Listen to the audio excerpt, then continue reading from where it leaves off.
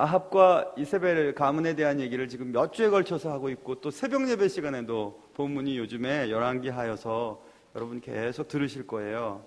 아합과 이세벨의 죄악은 하늘 높은 줄 모르고 솟아올랐습니다. 하나님은 수차례에 걸쳐서 그들의 악행을 경고하셨고, 그러나 하나님은 하나님의 그 진노의 잔을 급하게 그의 가문에 부으시지 않으셨어요. 하나님의 사랑이 그의 진노를 머물도록 이렇게 하셨거든요. 그래서 하나님은 오랫동안 참으시고 기회를 여러 번 주십니다. 그러나 아합과 이세벨이 뿌려놓은 죄악의 씨앗들은 사라질 줄 몰랐습니다. 하나님은 심판을 위해 이스라엘의 군대 장관 예후라고 하는 사람을 사용하시기로 결정하셨고, 지난 시간에 우리는 어떤 선지자를 통해 예후가 이스라엘의 왕이 되어 아합의 집을 치게 될 것이라는 말씀을 전해 듣게 되는 것까지가 지난 시간에 말씀이었거든요.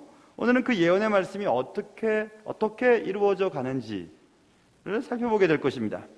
말씀을 통해서 여러분과 저의 각자의 삶 속에 주시는 하나님의 은혜가 있으시기를 주님의 이름으로 축원합니다. 자, 본문 말씀 이렇게 시작됩니다. 님시의 손자 여호사밧의 아들 예후가 요람을 배반하였으니, 이렇게 되어 있습니다. 저도 군대 생활을 좀 해봐서 아는데, 군인 밑에 부하가 윗 상관에게 항명을 하거나 반역을 하거나 이렇게 하는 게 대단한 거 아니면 못하거든요. 그런데 이 예후는 요람의 충신이었습니다. 충신이었는데 이 예후가 요람을 배반하였다, 이렇게 성경은 말하고 있죠. 예후의 배반은 하나님의 뜻 가운데서 이루어진 것이었습니다. 하나님이 예후를 통해 요람을 치려고 하셨던 하나님의 계획 가운데 이루어진 것이었거든요. 그래서 우리는 이 말씀을 쉽게 우리의 삶 속에 적용을 해보면 이렇게 적용할 수 있죠. 나의 가까운 사람들이 나를 배반할 때, 정말 믿었던 사람이에요. 정말 믿었던 사람이었거든요. 근데 그 사람이 나를 갑자기 배반할 때가 있어요.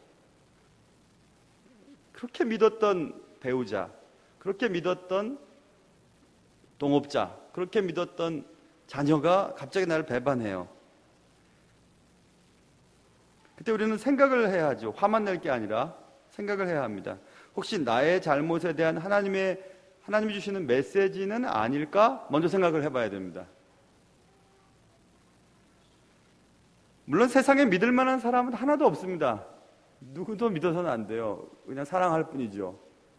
사람이 자꾸 변하거든요. 그래서 난 너 믿는다, 정말 믿는다? 그 사람이 바보죠. 그 사람이 변하지 않도록 기도만 해줄 뿐이죠. 그런데 사람이 어떤 존재이기에 우리가 믿을 수 있겠습니까? 그러니 믿는 게 바보였지 뭐, 이렇게 쉽게 처리해 버릴 수 있는 문제가 아니고, 우리는 이렇게 생각해 볼 수 있겠죠. 예후가 배반을 했다는 것은 요람이 배반할 만한 행동을 했으니까 배반했겠지, 이렇게 생각해 볼 수 있잖아요. 그런데 가룟 유다의 배신을 한번 생각해 보면, 가룟 유다의 배반에 예수님의 잘못이 있었는가? 없었습니다. 그러나 유다는 은 30에 예수님을 팔았죠. 가룟 유다의 배반이 예수님의 십자가 사건을 이루도록 하는 계기가 되었죠. 하나님은 하나님의 뜻을 이루시기 위해 사람들의 마음을 움직이십니다. 가룟 유다의 배신은 예수님의 십자가 대속을 위한 도구로 사용될 뿐이었습니다. 그래서 마태복음 26장에 주님이 가룟 유다에게 이렇게 말씀하시죠. 인자는 자기에게 대하여 기록된 대로 가거니와 인자를 파는 그 사람에게는 화가 있으리로다. 그 사람은 차라리 태어나지 아니하였더라면 제게 좋을 뻔하였느니라, 이렇게 되어 있습니다. 어차피 하나님의 뜻은 이루어집니다. 그런데 그 이루어지는 일에 가룟 유다가 쓰였어요. 그러니까 가룟 유다, 차라리 네가 안 태어났더라면, 네가 아니더라도 어떤 이런 일들은 진행될 텐데 네가 하필이면 그 일에 쓰임을 받냐. 정말 안 됐다. 그래서 제가 몇 번씩 말하잖아요. 세상에 살면서 악한 일만 하다가 세상 뜨는 사람이 있어요. 그렇게 할 필요 없어요. 뭐하러 악역을 감당하다가 세상에 뜨겠습니까? 그럴 필요 없습니다. 좋은 일 많이 하기에도 시간이 부족한 때거든요. 그러니까 좋은 일 많이 하고, 사랑받는 일 많이 하고, 사랑 많이 하고, 그렇게 살아야 돼요. 굳이 사람들과 등지고 사람들 미워하고 사람들 배반하고 사람들 마음 아프게 하고 그렇게 살 필요가 전혀 없습니다. 그래서 가룟 유다의 배신은 예수님의 십자가의 대속 사건을 위한 도구로 사용되었을 뿐이죠. 또 요셉의 형들은 동생 요셉을 아라비아 상인들에게 팔죠. 형들이 죽이고 싶을 만큼 요셉이 잘못한 일이 있었는가? 아닙니다. 요셉이 그렇게 죽을 만큼 나쁜 짓을 하진 않았죠. 그러나 형들은 요셉을 죽이려고 했고 돈을 주고 팔아버렸습니다. 요셉은 애굽에 팔려가야만 했고 노예가 되었고 성추행자로 누명을 쓰게 되었고 애굽 왕 앞에 섰고 총리가 되었고 그리하여 애굽 땅에서 이스라엘 민족이 형성되도록 요셉이 사용되죠. 요셉의 형들의 배신은 이스라엘 민족 형성을 위한 도구로 사용될 뿐이었습니다. 그래서 요셉이 형들 앞에서 당신들이 나를 이곳에 팔았다고 해서 근심하지 마소서, 한탄하지 마소서. 하나님이 생명을 구원하시려고 나를 당신들보다 먼저 보내셨나이다. 이렇게 요셉이 대답해요. 그러니 형들이 요셉을 심하게 대하고 그를 팔고 배신하고 배반하는 것은 하나님의 계획 가운데 이루어진 것이었다는 것을 알 수 있습니다. 하나님은 하나님의 일을 이루시기 위해서 사람들 간의 배신과 배반도 사용하십니다. 내가 믿던 누군가가 나를 배반했다면 내가 돌아봐야 할 죄가 무엇이든지 먼저 생각을 해봐야 하고요. 그러나 만일 나를 돌아보아도 내게서 잘못을 발견할 수가 없다면 누군가의 배신과 배반으로 너무 괴로워하지 말고 이 일을 통해서도 하나님이 내게 복을 주실 것을 믿으셔야 돼요. 지금 제가 빨리 얘기한 거 이해하셨어요? 내가 잘못했기 때문에 누군가 나를 배신했다면 이 인간이 그렇지 뭐. 그리고 누군가 내가 믿었던 사람이 나에게 배신하고 나를 아프게 하고 힘들게 했다면 하나님께서는 그 일을 통해서 깨닫게 하시는 것이 있으니까 무엇인가 한번 생각해보고, 만약 그 일이 없다면 이런 배신이나 배반 사건을 통해서 하나님이 결국은 우리 삶을 복주시고 나를 크게 사용하실 것이라고 하는 믿음을 가지라는 거예요. 둘 중에 어떤 걸까요, 여러분은? 어떤 걸까요? 모두가 다, 여기 계신 분만이라도 모두가 다 두 번째이시길 바라요. 여러분의 마음을 아프게 하고 여러분이 믿었던 사람들이 아무 이유 없이 여러분들 힘들게 한다면 마치 가룟 유다의 배신을 통해 예수 그리스도의 십자가의 구속사역이 완성이 되는 도구로 쓰이고, 요셉의 형들의 배신과 배반을 통해 요셉이 총리가 되어서 그의 가족들을 고센 땅으로 이주케 하고 하나님께서 이스라엘 백성들을 민족을 형성하시고 하나님의 백성들을 만들어 가시는 도구로 요셉이 사용되었던 거죠. 그리고 요셉을 팔아넘겼던 요셉의 형들의 배신과 배반도 사용했던 거죠. 그러니까 그런 일에 여러분이 쓰임바 되고 있다고 믿으시면 돼요. 그래서 또 한 가지, 그래서 여러분을 힘들게 하고 마음 아프게 한 사람 너무 미워하지 마세요. 미워해도 소용이 없어요. 미워해봤자 아무런 이득이 없습니다. 아무런 이득이 없어요. 나를 돌아보아도 아무런 문제가 내게 없으면 감사한 다음에 이 일을 통해서 하나님 분명히 내 가정과 내 인생에 큰 복을 주시겠구나 라고 기대하시면 딱 돼요. 그러면 오히려 그 사람이 고맙게 느껴질 수도 있죠. 여러분 안 그러시겠어요? 거기까지 가야만 축복을 받을 수 있는 준비가 될 수 있어요. 자기를 팔아넘기고 죽을 뻔하고 그냥 얼마나 고생을 많이 시킨 형들이 얼마나 미웠겠어요. 아버지 돌아가시면 형들이 얼마나 걱정했겠습니까? 동생이 아버지 살아있을 동안만큼만 우리를 이렇게 선대했지만 아버지 죽은 다음에는 우리를 가만두지 않을 거야 하고 벌벌벌 떨고 있던 형들에게 걱정하지 마세요. 하나님이 하신 것입니다. 이렇게 얘기했잖아요. 얼마나 멋집니까, 여러분? 얼마나 멋지게. 여러분을 힘들게 한, 여러분을 너무 힘들게 하고 아프게 한 사람들이 여러분들에게 와서 그냥 미안하다고 하고 그렇게 될 때라도 괜찮아요. 당신이 한 건가요? 하나님이 더 큰 복을 주시려고 하신 거죠. 이렇게 생각하면 돼요. 여러분 꼭 그렇게 믿으시고 사람 미워하지 말고 하나님의 큰 섭리를 믿으실 수 있는 여러분 되시기를 주님의 이름으로 축원합니다. 너무 괴로워하지 마세요. 내 인생을 이렇게 만든 그 사람 너무 미워하지 마세요. 하나님께서 그런 일들을 통해서 여러분의 삶을 크게 만드시고 인내하게 만드시고 복주도록 만드시고 하나님 여러분을 크게 사용하실 것입니다. 그래서 결국 여러분들은 큰 축복의 주인공이 될 줄 꼭 저는 믿습니다. 그래서 이제 배반의 사건은 그렇게 우리가 이해하면 되고요. 그 다음에 이제 예후가 이제 요람을 잡으러 가는 겁니다.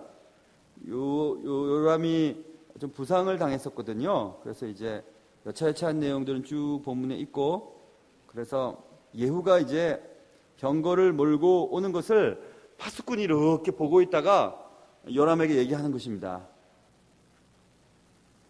그러자 이제 요람이 또다시 전령을 보내서 여차여차 하는데 그 전령이 다시 예후 편이 되고 막 이런 일들이 반복되다가 20절 보시면 파수꾼이 또 전하여 이르되 그도 그들에게까지 갔으나 돌아오지 아니하고 그 병거 모는 것이 님시의 손자 예후가 모는 것 같이 미치게 모나이다라고 하는 내용들을 요람에게 전달해 주는 겁니다. 여기서 우리 참 재밌는 표현이 있죠. 예후가 병거를 몰고 있는데 금방 알아볼 수 있는 거예요. 왜냐하면 예후는 언제나 병거를 물 때 미친 사람처럼 몰았다고 성경은 말하고 있어요. 굉장히 성질이 급하고 아마 싸나왔던 것 같아요. 차도 모을 때 보면 성품이 드러나잖아요. 어떤 사람은 막 아주 좀 친절하고 좀 나이스하고 이렇게 젠틀하게 이렇게 차를 모는가 하면 그런 사람이 어디 있는데요? 제 차를 타보시면 압니다. 제 차를 타보면 알아요. 그리고 또 어떤 사람은 막 미친 듯이 차를 모는 사람이 있어요. 막 앞서거니 뒤서거니 하고 그냥 이거 정말 그런 분들 몇 분 봤어요. 제가 우리 교인 가운데서도 뒤통수만 봐도 제가 다 알거든요. 우리 교인들. 그래서 왜 저분이 저러시나.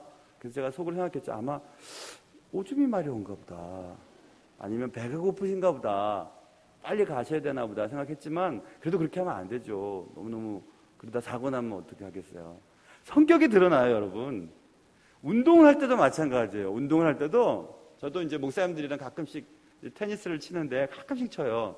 치는데 굳이 이기겠다고 하시는 분이 계세요. 막 지면은 막 씩씩씩 화를 내고 막 그래요. 그래서 운동을 하려고 모였는지 아니면 싸우려고 모였는지 금방 성격이 드러나요. 근데 물론 그런 분들은 이런 승부욕이 있어서 목회도 잘 하세요. 못 하시는 게 아니에요. 잘 하세요. 그러나 승부욕이 있으신 분들도 있죠. 그래서 저는 내기 걸린 테니스는 꼭 이겨요. 근데 그냥 치는 경기는 그냥 저도 괜찮아요. 그 생계 유지에 관련된 거는 항상 제가 이깁니다. 근데 여러분 이렇게 예후가 모는 것은 언제든지 막 미친 듯이 몰았던 게 예후였던 것 같아요. 그러니까 전령이 보고 예후가 모는 것 같이 미치게 모는 걸 보니 예후인 것 같습니다. 이렇게 얘기를 하는 거예요. 그렇죠? 꼭 지금 말하면 차를 저렇게 미친 듯이 모는 것 같으니까 어떤 누구 같습니다. 이렇게 얘기하는 것처럼. 그래서 우리 교회 이모 목사님 차를 타면 항상 늦어요. 어딜 가면. 이모 목사님 있어요. 충청도 분. 그런 분이 진짜 멋있는 분이에요. 어쨌든지 그날에는 오니까 얼마나 멋진, 어쨌든 오니까요. 그래서 막 미친 듯이 모는 거 좋은 거 아니죠. 그래서 예후의 성격이 어떠했는지를 짐작해주는 본문이죠. 예후는 마치 미친 사람처럼 병거를 몰았다고 하죠. 예후의 평상시 모습을 알 수 있어요. 저 사람 미친 거 아니야? 어떻게 저렇게 행동하지? 어떻게 저런 말을 하지? 하나님이 왜 저런 사람이 저렇게 말하고 행동하도록 내버려 두시는 거지? 라고 우리는 의문을 품을 때가 있어요. 그렇죠? 조금 전에도 우리가 살펴보았던 것처럼 예후라고 하는 사람은 아합의 집을 심판하기 위해 하나님의 손에 잠시 들렸던 회초리일 뿐이었습니다. 그러므로 예후의 인격적인 결함과 그의 높아짐과는 아무런 관련이 없어요. 자, 지금 제가 무슨 얘기를 하는지 들어보세요. 저 사람 저렇게 미친 짓을 하지? 미친 말을 하지? 왜 저렇게 함부로 얘기하고 거친 행동을 할까? 라고 우리가 생각하잖아요. 근데 왜 그 사람이 예를 들면 이런 거죠. 저 사람이 예수 믿는데 저럴까? 그렇게 우리가 생각하잖아요. 그런 성격을 가진 사람을 통해 하나님 하신 일들이 있잖아요. 그런데 그 예후의 성격적인 그런 어떤 결함이 예후를 이스라엘 왕으로 세우는 것과는 아무 문제가 없어요. 왜냐하면 하나님 단지 예후를 통해 아합의 집을 심판하기 위한 도구일 뿐이었거든요. 자, 회초리를 들었어요. 이 회초리가 잘생겼는지 상관없어요. 이 회초리는 남을 아프게 하는 기능만 다 잘 수행하면 돼요. 그 회초리가 모양이 어떤지 상관 안 해요.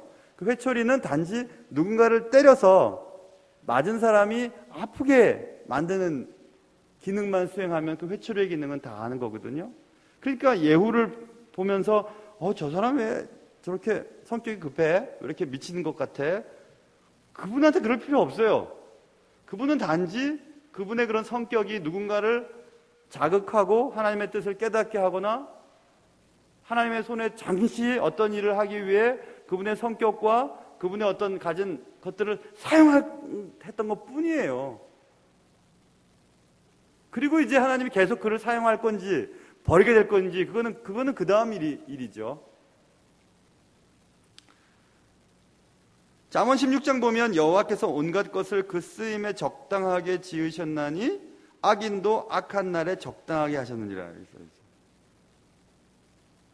악인도 필요해서 하나님이 세우시는 거예요. 악인을 우리 주위에 이렇게 두시는 이유는, 아주 이상한 사람들을 우리 주위에 두시는 이유는 우리를 위한 것이에요.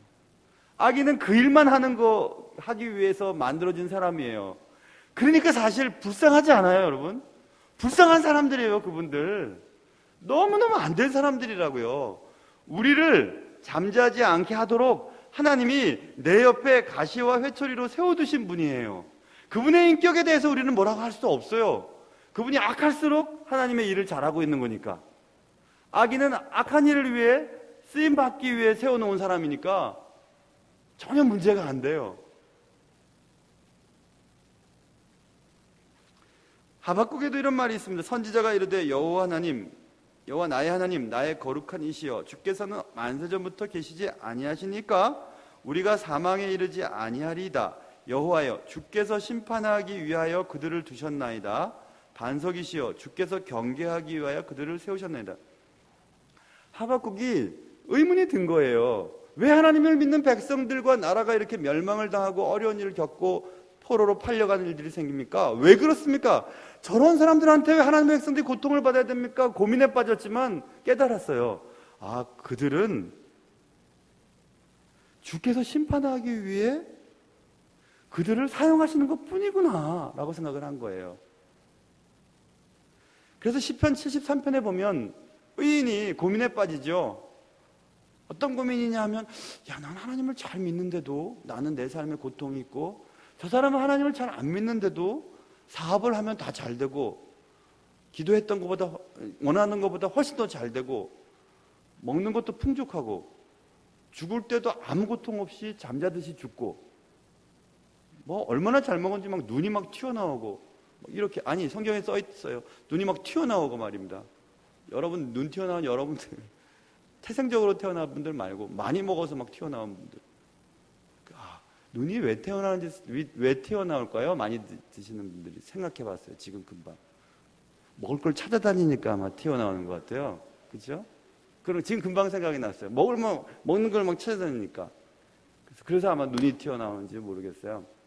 그런 사람을 보고 이 시편 73편의 저자가 하나님 나 배교할 뻔했어요. 미끄러질 뻔했어요. 이렇게 고백하잖아요. 나 하나님 안 믿고 싶을 뻔했어요. 하나님 믿는 거 소용없을 거라고 생각해요. 우리가 원하는 것 하나님 안 믿어도 저 사람 다 이루잖아요. 원하는 것보다 더 잘 되고, 밥도 잘 먹고, 건강하고, 죽을 때도 잠자는 듯이 죽고. 그러니까 하나님 굳이 믿을 필요는 뭐가 있어요? 하고 나는 미끄러질 뻔했어요. 라고 이제 여차 하다가 성소에 이를 때 내가 알게 됐습니다. 그들의 마지막을. 그들이 누리고 있던 것들이 순식간에 사라진다는 것을 알게 됐습니다.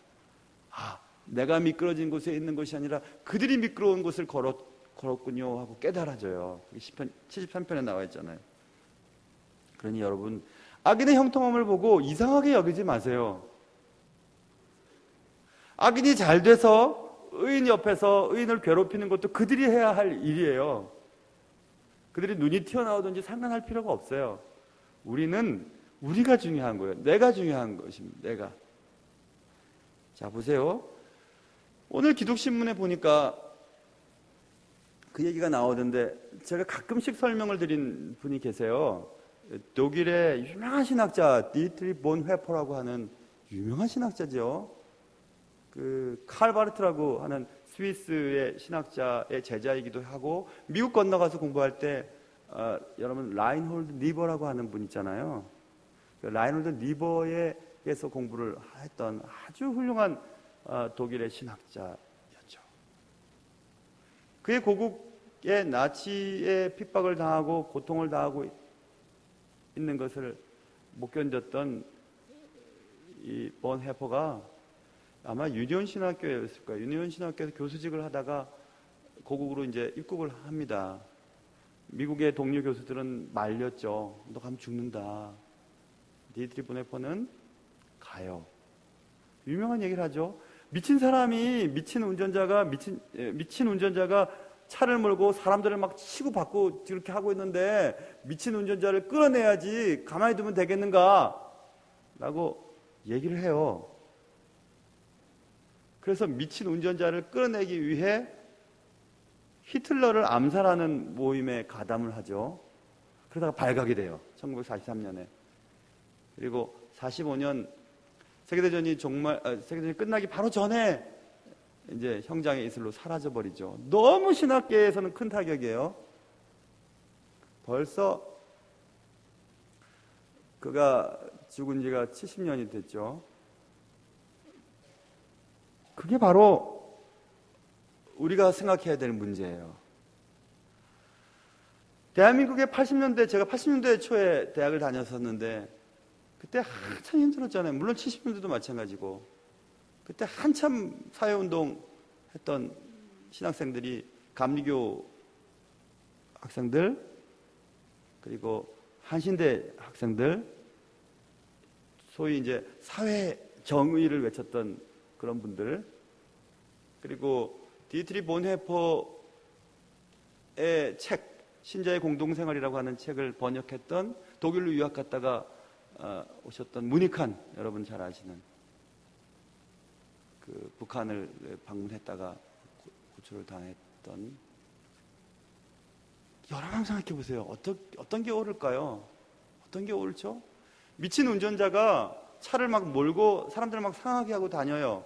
미친 운전자를 끌어내는 것이 맞아요? 아니면 지금 미친 운전자가 몰고 있는 차로 인해 상해를 받은 사람들을 급하게 치료하는 게 우리가 해야 될 먼저의 일인가요?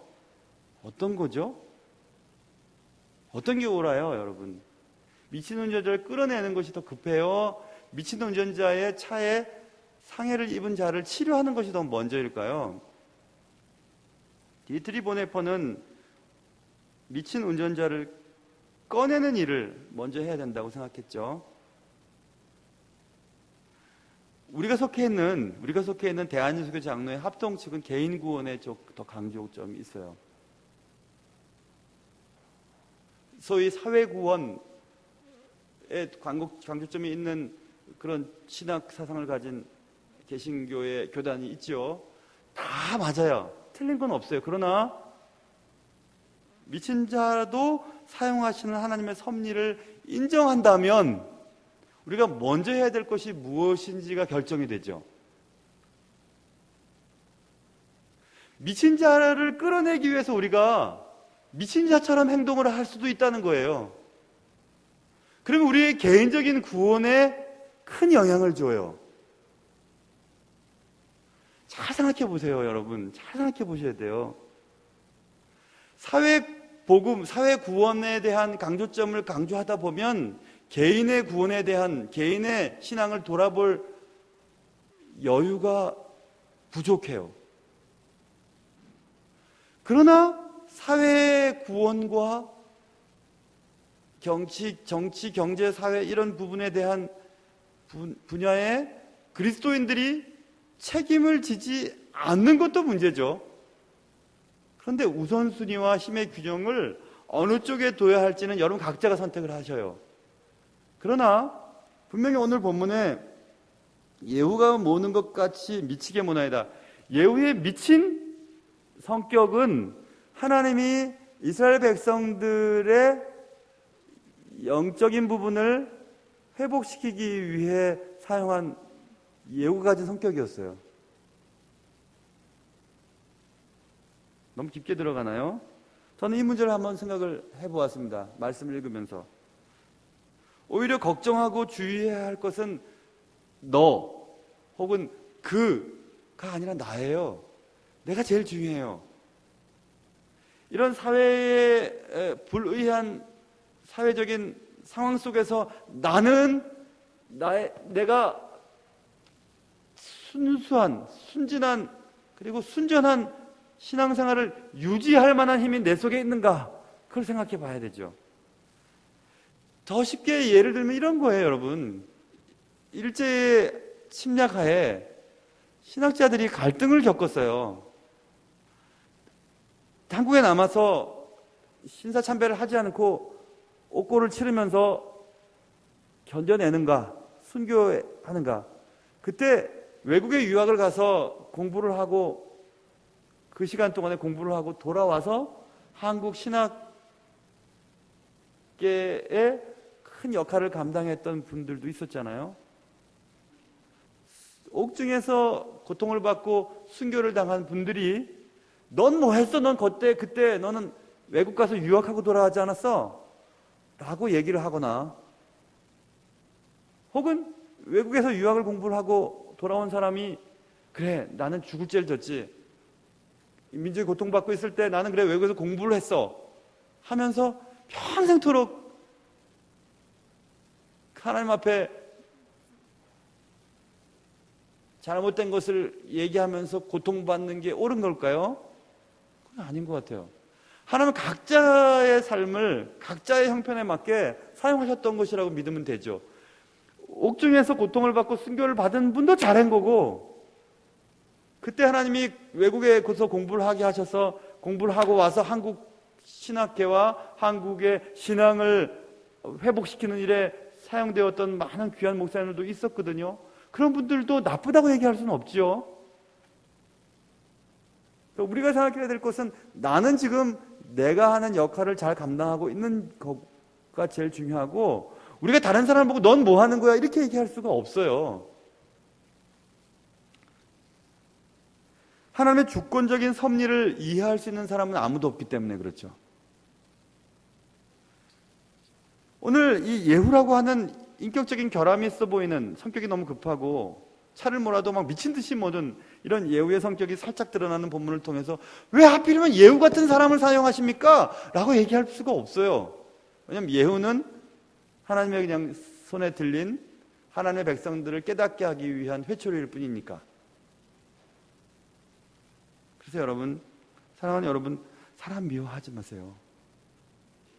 날 아프게 하고 힘들게 하는 사람들 미워할 필요 없어요. 그분이 하나님의 손에 들렸다가 버림받지 않도록 위해서 기도할 수밖에 없어요. 저렇게 악한 짓을 하고 저렇게 왜 저렇게 할까? 저 사람 미친 것 아니야? 속으로는 생각이 들지만 그렇게 사용하시는 하나님의 뜻이 있으시니까 뭐라고 할 수가 없죠. 그럴 때 우리는 나를 돌아봐야 하죠. 나는 혹시 누군가에게 상처를 주고 아프게 하고 나 때문에 교회를 떠났던 사람들이 한 명이라도 있진 않았는가? 나의 삶의 모습을 보고 누군가가 시험에 걸려 넘어지진 않았을까? 나의 이런 신앙 모습을 보고 내 아들과 딸이 신앙을 버릴 일은 없었나? 하고 나를 돌아봐야 되는 거죠. 나를 돌아봐야 되는 것입니다. 자, 그래서 예후가 모는 것 같이 미치게 모나이다라는 그 구절에서 우리는 그런 내용들을 좀 생각해 볼 수 있고, 또 한 가지는 이제 요람에게 예후가 와서 요람을 잡으려고 해요. 그러자 요람이 도망을 칩니다. 와, 이건 반역이다 하면서 도망을 치는 장면이 23절에 나오고, 24절에 예후가 있는 힘을 다하여서 활을 당겨요. 도망가고 있는 요람을 향해. 그랬더니 요람의 두 팔 사이를 쏘았다. 두 팔 사이는 두 어깨 사이라고 번역되고, 또 어떤 번역에는 등으로 번역을 그냥 쉽게 해놨어요. 근데 등으로 번역하는 게 더 이해가 쉬워요. 왜냐하면 도망가고 있잖아요. 도망가고 있을 때에 쐈어요. 그러니까 등에 맞았죠. 등에 맞고 염통, 심장을 뚫고 나와버렸어요. 화살이. 그게 좀 맞을 것 같아요. 두 어깨 사이, 두 팔 사이는 좀 이해가 좀 잘 안 되잖아요. 두 팔 사이, 뭐 지나간 건가? 두 어깨 사이도 그렇죠. 근데 이게 이 등을 통해서 염통을 뚫고 나와서 그래서 엎드러진 거죠. 그래서 엎어졌다라 써있죠. 엎드러졌다. 하나님이 딱 관역을 하고 작정하시면 비록 예후가 쏜 화살이지만 그것은 하나님이 쏜 화살이에요. 절대로 피하지 못합니다. 하나님이 딱 작정하시고 이제 너 좀 혼나야 되겠어. 딱 작정하시고 하나님이 누군가를 통해서 징벌하시기로 작정하면 절대로 도망 못 가요. 절대로 도망 못 갑니다. 그러니까 하나님께서 우리를 집행유예 기간 동안에 하나님의 사랑이, 하나님의 공의를 막 붙잡고 있을 동안에, 제발 하면서 붙잡고 있을 동안에 딱 정신을 차리고 하나님의 뜻대로 살아야 돼요. 그러지 않을 때는 제 아무리 발이 빠르고 제 아무리 날랜 사람이라도 못 도망갑니다. 하나님이 딱 조준하고 쏴버리면 어쨌든 한순간에 죽어버리게 되거든요. 그런데 그가 엎어진 곳이, 그리고 요람과 예후가 조우한 곳이 어디냐면 성경은 계속해서 얘기합니다. 21절, 예후를 맞을새 이스라엘 사람 나봇의 토지에서 만났다, 이렇게 했어요. 자, 나봇은 우리가 수주일 전에 나봇의 포도원을 빼앗은 아합과 이세벨의 악한 행동을 우리가 살펴봤죠. 나봇은 조상들로부터 내려온 이 땅을 줄 수 없다. 아합은 거기다가 채소 심어갖고 뭐 그냥 맛있는 거 해먹으려고 그랬는지 어쨌든 그거 뺏으려고 하고, 아주 못된 부인 이세벨, 그런 여자 만나면 누구든지 다 그렇게 될 것 같아요.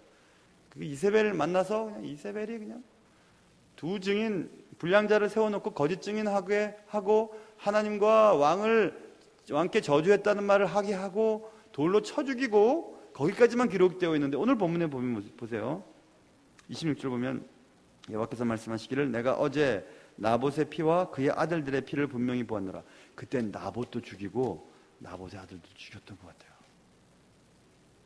그래야만 후환이 없으니까. 그죠? 그래서 이세벨은 나봇의 포도원을 빼앗아서 아합에게 주죠. 아무도 모르겠어요. 돈 주고 불량자들 사서 거짓 증인 증거하게 하고 나봇 죽이고 나봇 아들들 죽이고 싹 빼앗았어요. 아무도 몰랐어요. 알았어도 아무도 말 못해요. 무시무시한 아합과 이세벨의 통치 기간에. 그런데 그의 후손 아들 요람이 예후에게 죽는 엎드러진 장소가 나봇의 토지예요. 토지예요. 그리고 그 시체를 25절, 예후가 그의 장관 빗갈에게 이르되 그의 시체를 가져다가 이스라엘 사람 나봇의 밭에 던지라. 나봇의 밭, 빼앗았던 밭, 나봇의 죄 없는 나봇을 죽이고 빼앗았던 그 밭에 요람의 시체를 던져버려라. 그리고 26절엔 나봇의 피와 그의 아들들의 피를 내가 분명히 보았다라고 하나님 말씀하셨죠. 야, 여기서 시원한 마음이 들죠. 시원한 마음이 듭니다. 아무도 모르게 몇몇의 불량자를 사용해서 거짓 증거를 대고 나봇을 죽인 사건을 하나님은 분명히 보고 계셨어요. 오늘 본문을 보면 나봇의 포도원을 빼앗기 위해 나봇만을 죽인 것이 아니고 나봇의 아들도 죽인 것임을 분명히 알 수 있죠. 억울하게 죽임을 당한 나봇 가문의 통곡은 사라지지 않았던 것이었습니다. 하나님은 사람이 사람을 힘들게 하고 아프게 하고 괴롭게 하는 것을 모른 채 하고 계시지 않으십니다. 하나님, 나 저 사람 때문에 정말 힘들어 죽겠어요. 너무너무 억울해요. 저 사람이 나를 이렇게 마음 아프게 해요 하고 막 그 가슴 치는 거를 하나님 다 보고 계세요. 보고 계셨다가 결정적인 순간에 다 해결하십니다. 그러니 우리는 두렵고 떨림으로 우리가 누군가에게 상처를 주고 아프게 하고 괴롭게 하고 힘들게 한 것이 없는가를 생각해 봐야 하고, 나는 누군가 때문에 억울하고 힘들고 괴로웠었는데 그런데 아무도 나를 도와주는 사람이 없고 이렇게 묻히는구나 생각 안 해도 돼요. 하나님은 다 다 보고 계십니다. 다 보고 계셨다가 결정적인 순간에 회복시켜 주세요. 하나님은 요람을 나봇의 토지에서 죽게 하시고 나봇의 밭에 시신으로 던져지게 하시고 하면서 나봇이라고 계속해서 얘기하고 있죠. 시간이 흘렀지만 하나님은 나봇의 억울함을 기억하셨습니다. 그리고 나봇의 그 밭에 요람의 시체 덩어리가 거름 덩어리가 되게 만들죠. 다른 사람을 억울하게 만들면 그 원통함이, 억울함을 받은 원통함이 하늘에 닿습니다. 아무도 모르게 저지른 죄라고 해도 여러분과 제가 아무도 모르게 혼자서 저지르는 죄도 하나님은 다 보고 계셔요. 그러나 하나님의 사랑이, 하나님의 공의로운 심판을 붙잡고 계시는 겁니다. 조금만 더, 한 번만 더, 이번만 이렇게 한번 참고시다가 그래도 안 되면 그때는 이제 하나님이 손을 탁 드시고 하나님이 철저하게 때리세요. 하나님이 때리시기 시작하면 절대로 도망 못 칩니다. 절대로 도망 못 쳐요. 그때는 이제 철저하게 주님 앞에 망가지는 수밖에 없어요. 남에게 원한 살만한 행동을 해서는 안 돼요. 그래서 남에게 원통한 마음을 갖게 만드는 죄는 큰 죄예요. 큰 죄입니다. 죄를 짓고 손에 넣은 나봇의 토지에서 시신으로 엎드러지는 비극의 주인공이 될 수도 있기 때문에 그렇죠. 돈이 좋아 다른 사람의 마음에 아픔을 주면 돈 때문에 결국 망합니다. 사기치고 돈 내가 막 챙기지만 사기당한 사람의 그 원통함은 하늘에 닿고 하나님은 때가 되면 사기쳐서 돈을 손에 쥐운 사람의 삶에 관여하기 시작하시죠. 쾌락이 좋아 다른 사람 마음에 상처를 주면 그 쾌락이 우리를 삼켜버립니다. 쾌락이 좋아 사랑하는 아내와 사랑하는 남편과 가족이라고 하는 테두리를 벗어나서 쾌락을 쫓아 살다가 보면 내 배우자와 내 가까운 사람에게 고통을 준 그 행위는 결국 때가 되면 하나님이 그 일에 관여하시게 돼요. 철저하게 관여하십니다. 그의 명예를 추락시키고 그의 삶을 완전히 다 망가뜨려 놓으시고 그를 철저하게 낮추시는 것을 우리는 볼 수 있죠. 그래서 모쪼록 나를 돌아보고 다른 사람에게 원한 살만한 행동을 한 것이 있다면 어떻게 해서든지 빨리 그것을 해결해야만 합니다. 그리하여 하나님의 진노의 대상이 되는 비극이 생기지 않도록 주의해야 하는 겁니다. 우리는 오늘 요람의 최후를 살펴보았죠. 요람의 비참한 최후는 물론 요람이 저지른 죄에 대한 결과이기도 했지만 그러나 그의 부모 아합과 이세벨이 심어놓은 죄의 열매를 그가 거두게 된 것이기도 했습니다. 그래서 나의 삶은 내가 사는 동안만 영향을 주는 것이 아니라 나의 삶은 내 후손들에게까지 영향을 주게 됩니다. 내가 바로 삶을 살지 못한다면 내 후손의 삶이 잘 될 것이라고 기대할 수가 없어요. 요람의 비참한 최후는 아합의 집에 내린 하나님의 심판의 결과였음을 성경은 계속해서 말씀해주고 있거든요. 그러니 나를 돌아봐야 해요. 아합의 집에 내려진 심판을 생각하며 두려움을 가져야 하고요. 누군가를 힘들게 하고 아프게 하고 괴롭게 하여 그를 망하게 했다면 우리는 죄의 대가를 꼭 받게 될 것이라는 사실을 기억해야만 하고 물론 그의 반대의 경우도 마찬가지입니다. 누군가를 살려주고 누군가를 행복하게 해주고 누군가가 어려웠을 때 그를 도와주고 아무도 모르게 그의 삶을 회복시켜 주었다면 하나님은 때가 되면 그 사람을 세우시고 그 사람에게 너무 좋은 것으로 갚아주세요. 어떤 걸 선택하시겠어요?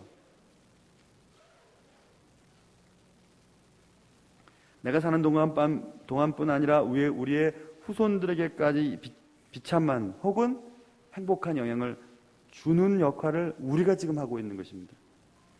그래서 예수를 믿는다는 것은 예수를 믿고 잘 산다는 것을 의미해요. 삶이 뒷받침되지 않는 신앙은 거짓말이에요. 삶이 달라지지 않는 신앙생활은 가짜예요. 주님이 기뻐하시는 일을 하지 않고 교회만 다닌다고 하는 것은 천국과는 상관이 없어요. 예수 믿는다는 것은 예수를 믿고 우리의 삶이 변하는 것이고 예수를 믿고 잘 사는 것을 말하는 것입니다. 모쪼록 여러분과 저에게 예수 믿고 잘 살아서 우리뿐만 아니라 우리 자녀들 때에도 잘 되는 복이 여러분에게 또 저에게 있기를 주님의 이름으로 축원합니다. 기도하겠습니다.